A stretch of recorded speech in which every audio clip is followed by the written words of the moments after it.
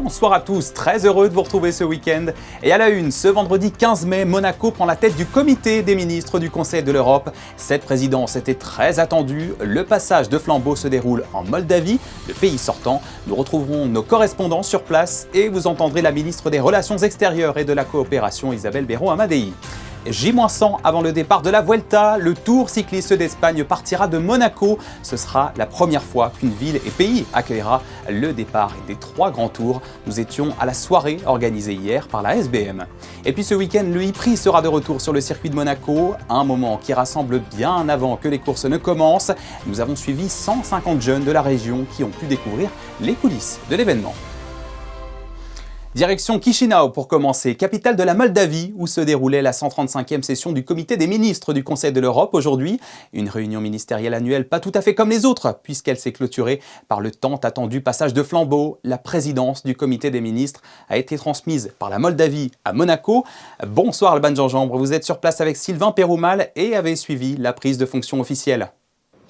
Oui, 22 ans après son adhésion historique au Conseil de l'Europe, Monaco affirme son positionnement à l'international en assumant la présidence du comité des ministres.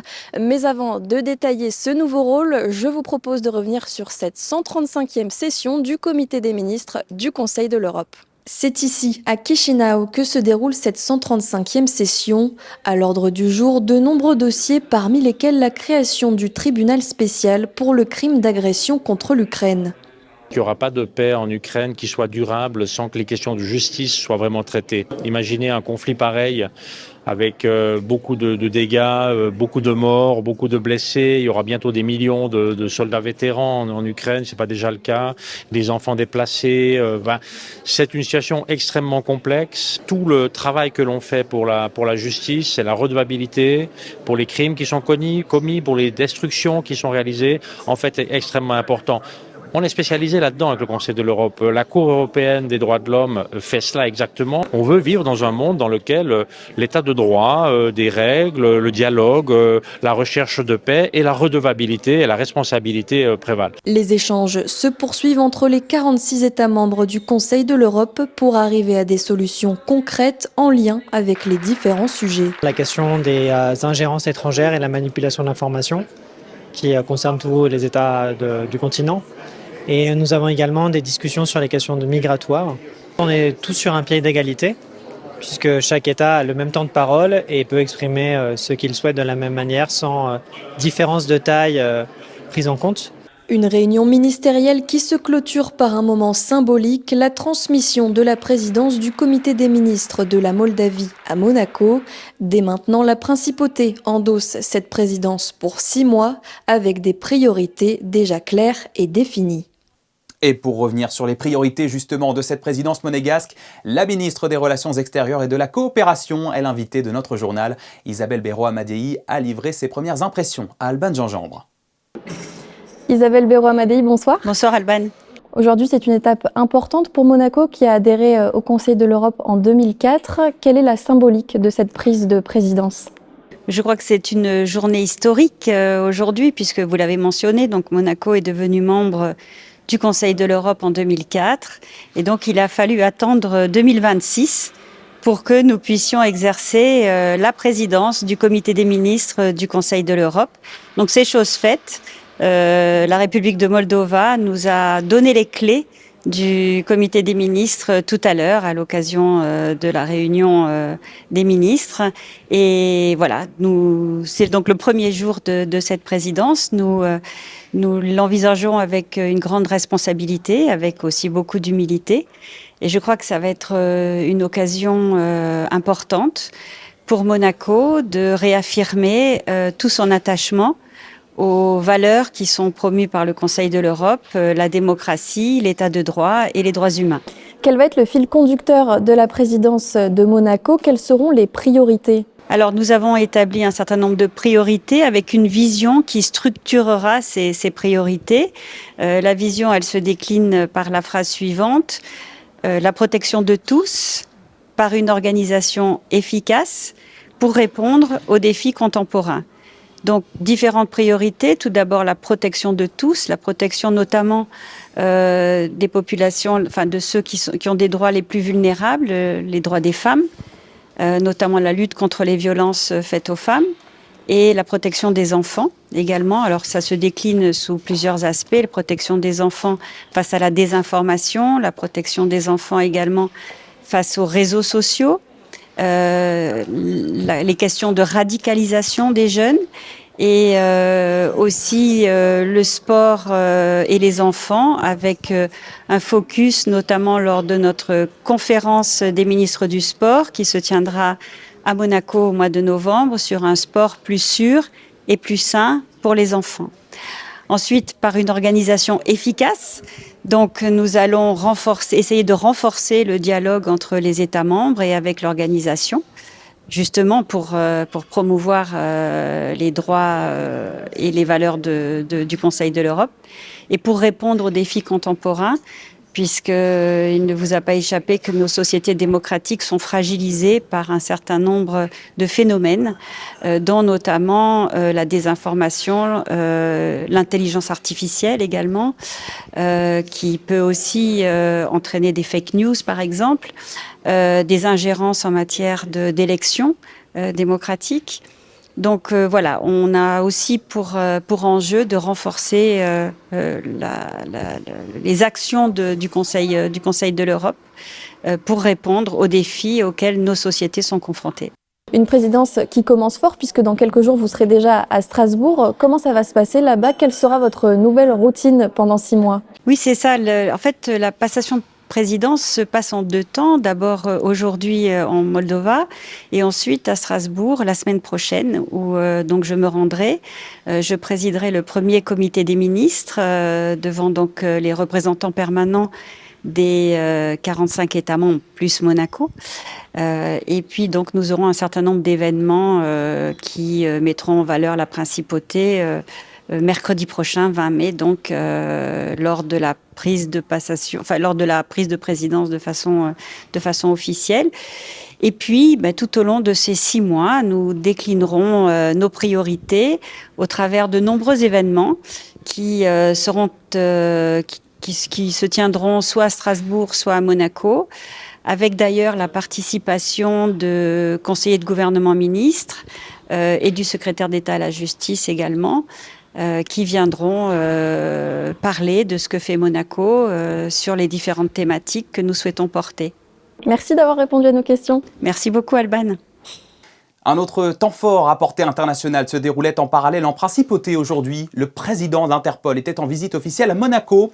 Lucas Philippe, élu il y a tout juste 6 mois, en novembre dernier, a été accueilli ce matin au Palais Princier où il a pu s'entretenir en audience avec son Altesse Sérénissime le Prince Albert II. Lucas Philippe a également rencontré le ministre d'État, le ministre de l'Intérieur ainsi que le directeur de la Sûreté publique dont il a visité les locaux qui servent d'ailleurs de bureau central national. L'objectif de cette visite est bien sûr de parler coopération policière internationale avec Monaco, qui est l'un des 196 États membres de l'organisation, officiellement depuis 1950.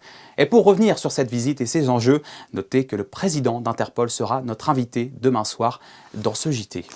Allez, du sport à présent, regardez ces images. Le Palais Princier était illuminé en rouge hier soir. L'actualité, c'est le cyclisme. Samedi 22 août, Monaco accueillera le départ de la 81e édition de la Vuelta, le Tour d'Espagne, et deviendra ainsi la première ville et le premier pays au monde à avoir accueilli le départ des 3 grands tours. Alors le Palais a voulu symboliser les 100 derniers jours avant le grand événement. Et en parallèle, un cocktail était organisé par la SBM du côté de Monte-Carlo hier soir à l'Amazonico, en présence du prince souverain. Frédéric Hélion et Hugo Comasa étaient présents. J-100 avant le grand départ de la Vuelta à Monaco. Le samedi 22 août, les coureurs du peloton du Tour d'Espagne s'élanceront de la Principauté pour un contre-la-montre individuel. À un peu plus de 3 mois de ce grand départ, un cocktail était organisé à l'Amazonico jeudi soir, en présence notamment du prince Albert II, l'occasion de faire un point d'étape à J-100. I see that Giro starts, and it's already Giro. Then Tour de France, so after Tour is our time. We are really excited, we are working very well, very deeply, and for us it's one of the best start we have ever in our Vuelta history, in an also very special year, because this year we commemorate, 150 years, between Spain and Monaco diplomacy relation, which is also very good, because it's a very good reason to start from Monaco too.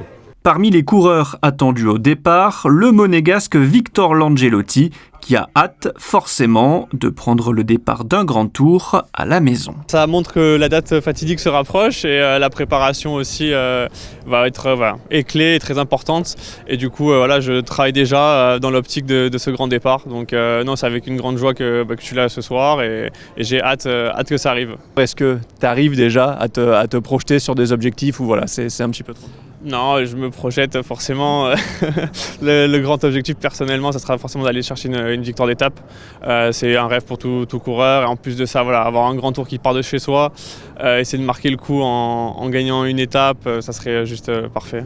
Victor Langelotti reprendra la compétition la semaine prochaine sur les 4 jours de Dunkerque. Avant la Vuelta, il partira en stage de préparation en altitude en Andorre avant de participer au Tour de Pologne. Le compte à rebours est lancé pour Victor et tous les coureurs. La preuve avec cette horloge installée au jardin des Boulingrins. En football, nous connaissons la sélection officielle des Bleus pour la Coupe du Monde. Didier Deschamps a dévoilé la liste hier soir sur l'antenne de TF1. Et parmi les 26 joueurs retenus, il y a Magnès Akliouche. Depuis 2018, il y a toujours eu au moins un joueur de l'ASM dans l'équipe de France pour chaque grande compétition. Et cette fois-ci, c'est lui. Ce sera le premier mondial que disputera le milieu offensif de l'AS Monaco à seulement 24 ans. Rendez-vous dans moins d'un mois au Mexique. En Ligue 1, J-2 avant le déplacement des Monégasques à Strasbourg pour la 34e et dernière journée. Un déplacement à haut risque pour les hommes de Sébastien Pocognoli qui occupent la 7e place, mais qui peuvent encore négocier un billet pour la compétition européenne. Écoutez comment on appréhendait la rencontre en conférence de presse d'avant-match cet après-midi. Je pense qu'il y a encore 2-3 scénarios qui peuvent découler par rapport à toutes les prestations qu'il va avoir ce dimanche. Attendre aussi le résultat de la finale de la Coupe. Donc ça, c'est les deux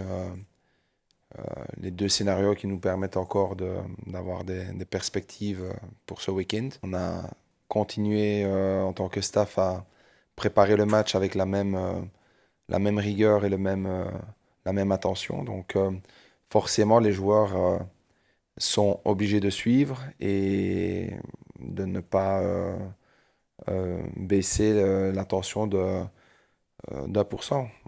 De son côté, la Roca Team va voir revenir un de ses anciens très prochainement. Parti en février dernier, Yohan Makoundou va faire son retour en tant que pigiste médical pour finir la saison régulière avec les playoffs. C'est le club qui l'a annoncé hier soir. L'idée est d'apporter un renfort supplémentaire à un effectif décimé par les blessures en ce moment. Notez qu'en revanche, Makoundou ne sera pas qualifié pour la dernière journée de la saison régulière que Monaco disputera demain à Boulazac. Enfin, c'est le retour du e-prix ce week-end à Monaco. Et avant le départ des courses, 150 jeunes de la région ont été invités à participer au Community Tour, un moment qui leur a permis de découvrir les coulisses de la Formule E et de rencontrer les équipes, de s'initier également aux enjeux de l'électrique. Gaëtan Lebrun et Alexandra Paolini les ont suivis ce matin.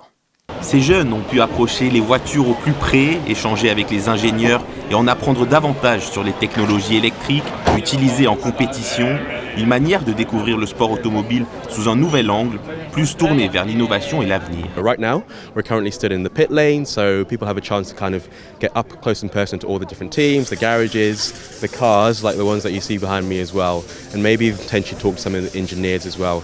I think one of the key things as well is we have a lot of university-age students, a lot of younger people as well who maybe are thinking, oh, I want to get into motorsports, or I'm interested in STEM as a topic in terms of something they can maybe do with a career. So it's really kind of cool exclusive access that they can have really. Au-delà du spectacle, cette initiative a aussi pour objectif de sensibiliser les jeunes au développement durable et à l'éco-responsabilité à travers la Formule E. A big part of why we do days like these is really around sustainability. So sustainability is kind of one of the core principles at Formula E, and part of that involves the environment, but then there's also the social side as well. So really bringing other people to the racetrack and kind of showing them what else is possible in the motorsports world. Une expérience immersive et pédagogique au cœur du e-prix de Monaco. Restons un peu dans le même univers avec un autre programme de la FIA et de la Formule I, nommé Girls on Track. Il a pour but d'accroître la participation féminine dans le sport automobile. Tous les détails dans ce reportage de Frédéric Elion sur les images de Camille Canoni. Le sport automobile, c'est aussi une histoire de filles et de femmes. Dans le cadre de Girls on Track, le programme de la Formule I en collaboration avec la FIA, des jeunes filles peuvent vivre sur chaque week-end de course des journées en immersion au sein du paddock. Essentially what we're trying to do is encourage young girls ages 12 to 18 to know more about motorsport, to know more about the different careers that you have in motorsport that is beyond just driving and engineering, and allow them to feel like they have a part in the sport and that they have a future and opportunities in the industry as well. Elles étaient plus d'une soixantaine aujourd'hui à Monaco, avec au programme la visite de la collection de voitures du prince Albert II, puis un tour dans la pit lane du e-prix de Monaco, de quoi faire naître ou conforter même quelques vocations. Ma fille veut être ingénieure en sport automobile et c'est une première approche pour elle dans le monde du sport automobile. Il y a très peu de femmes, donc on encourage notre fille, dès qu'il y a une possibilité de venir quelque part, on essaye qu'elle puisse être sur le terrain. On a pu voir toutes les voitures du prince, c'est très sympa. Après, on a eu l'intervention de 4 femmes qui travaillent dans le monde du sport automobile. On a pu en apprendre plus. Et là, les stands, du coup, on peut voir de plus près, c'est vraiment sympa.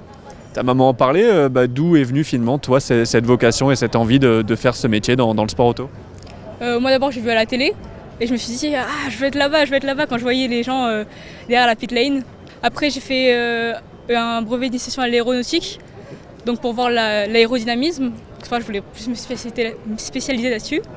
Et plus je découvre ce sport, plus j'ai envie d'y participer. Donc j'ai envie d'apporter ma pierre à l'édifice moi aussi. La journée s'est terminée par une visite du Fan Village et par une session roulage en karting à Box 98.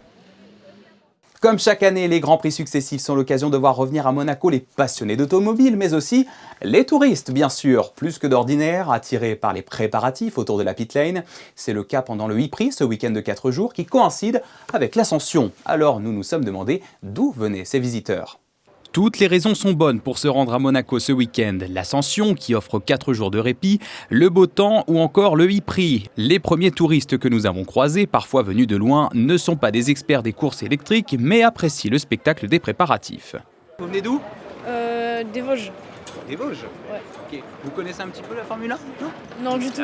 On est là pour visiter un petit peu Monaco. Ce matin, on a fait le château en haut. Puis on a vu qu'il y avait les paddocks, qu'il y avait les voitures, donc on s'est dit venir faire un tour, ça pourrait vraiment être sympa et essayer d'avoir quelques photos quand même avec les pilotes.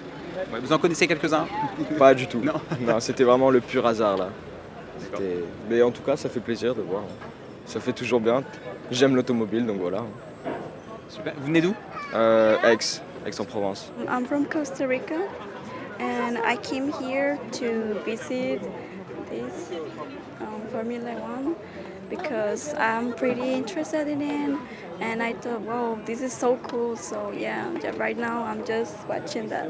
Basically just visiting. We actually have an Airbnb in Nizza, while we are in Nice. We thought we'd just come here by train and to see how the Formula One is going, Formula One.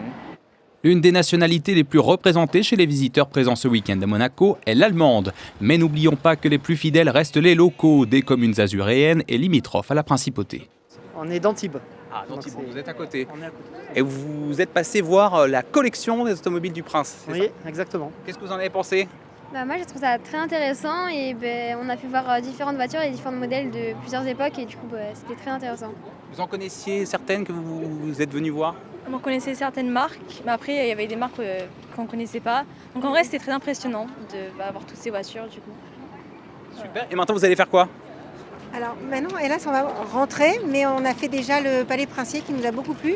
Donc c'était un bon combo en fait. On est très contents de notre journée ici. Et mon fils va aller à Formule 1, Formule électrique ce week-end. Donc on va revenir. D'où qu'ils viennent et quel que soit le motif de leur visite, les touristes sont donc toujours aussi nombreux et heureux de venir et revenir sur le sol monégasque. La saison est bel et bien ouverte.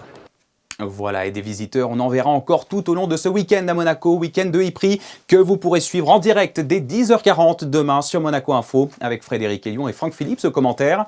Mais avant ça, vous retrouverez Frédéric Elion dans un instant pour vos prévisions météo. Ensuite, l'après-JT de ce vendredi sera consacré à l'accord Ramoge qui célèbre ses 50 ans cette année. Je vous laisse sur les photos de Stéphane Dana qui a suivi la visite officielle du président d'Interpol, Lucas Philippe, en principauté ce vendredi. Lucas Philippe qui, je le rappelle, sera notre invité exceptionnel demain soir dans ce journal. Passez une très belle soirée sur Monaco Info et je vous dis à demain, 19h.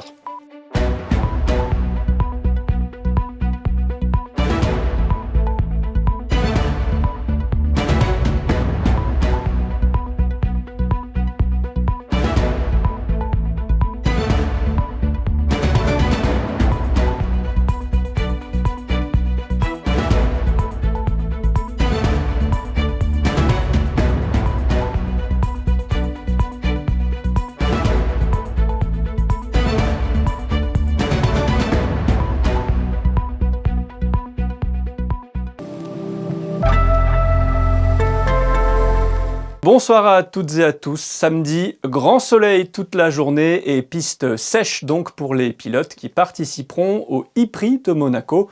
Le vent soufflera toujours de façon plus modérée avec des rafales atteignant les 25 km/h. Côté température, il fera 12 degrés le matin et 21 l'après-midi. Samedi 16 mai, ce sera la Saint-Honoré.